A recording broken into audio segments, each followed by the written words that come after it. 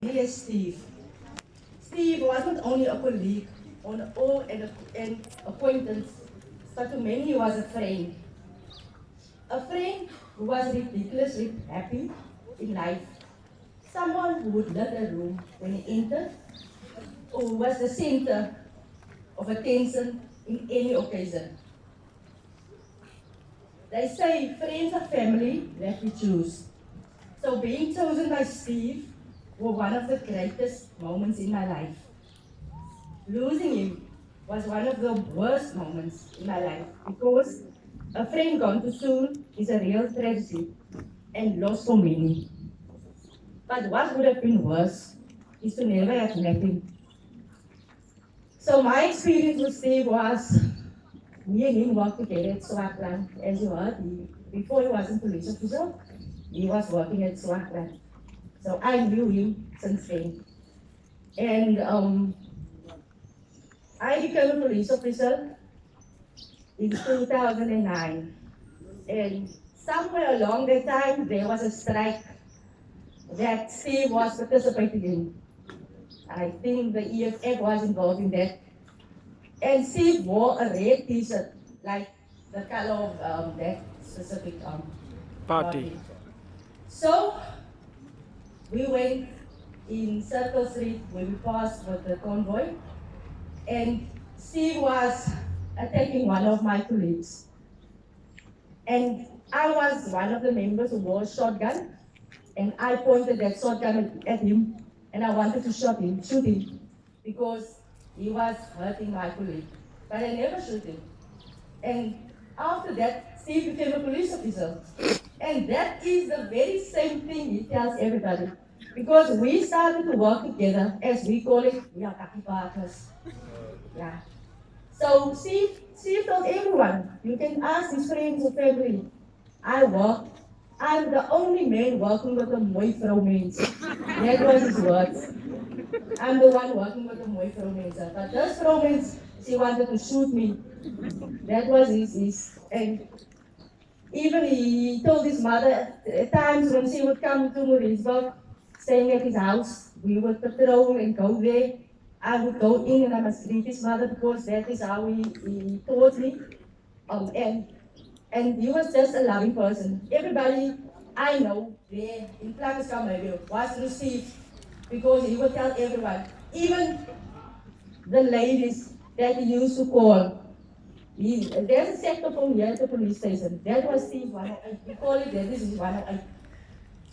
He used to call everyone on that cell phone, no matter what, how many times he spent on that phone. That was his 108. He just paid. We even used to gather the empties from that we must give in the shop. He gave that empties money to pay his phone bill. That is what Steve. Yeah. So now, I told you what Steve's real name was, Tsepiso. Strangely, because Tsepiso means the Lord's promise.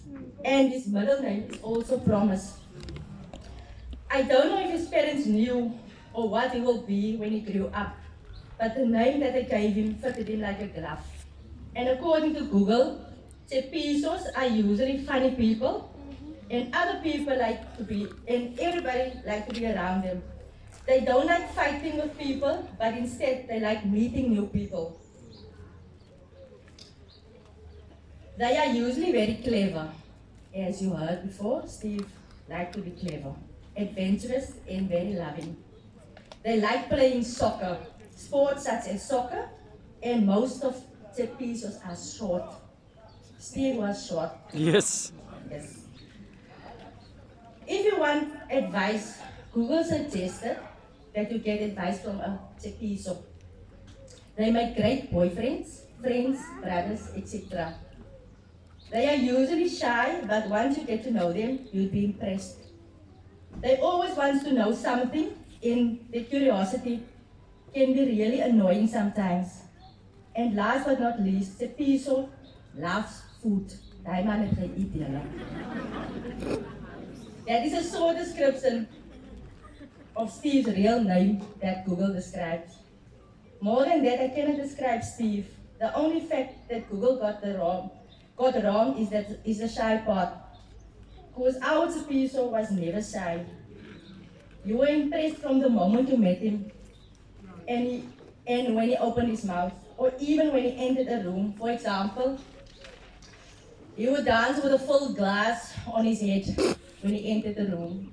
So I guess he entered heaven dancing with a crown on his head. Google, however, forgot to say how respectful, disciplined, and a proud Tsepiso is. That Tsepiso, our Steve, extremely disciplined in his job. Hoisting the flags was his thing. No other police officer at Mauriceburg subs hoisted or lowered a flag like he did. He used to sing the national anthem, saluting and everything. That's how he did it. Respected by many and proud of his job, but especially his uniform. His uniform he wore with the greatest pride, and then Google forgot to say Tsepisos are not very punctual people. Always late. And I can tell you, we were always late at work. Because when we used to come here, by that time Sargent was our shift commander. And he would reprimand us. We would come here after 2:15. And you know 2:15 is the right time, but we would come here at that time.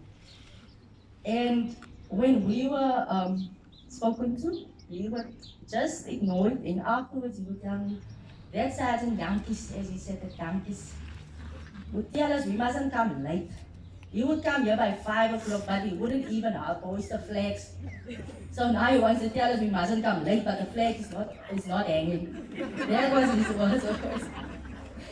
So yeah, and so I can go on and on. And if I were to tell everything I knew about Steve, we would be sitting here the whole day, because the good memories is endless.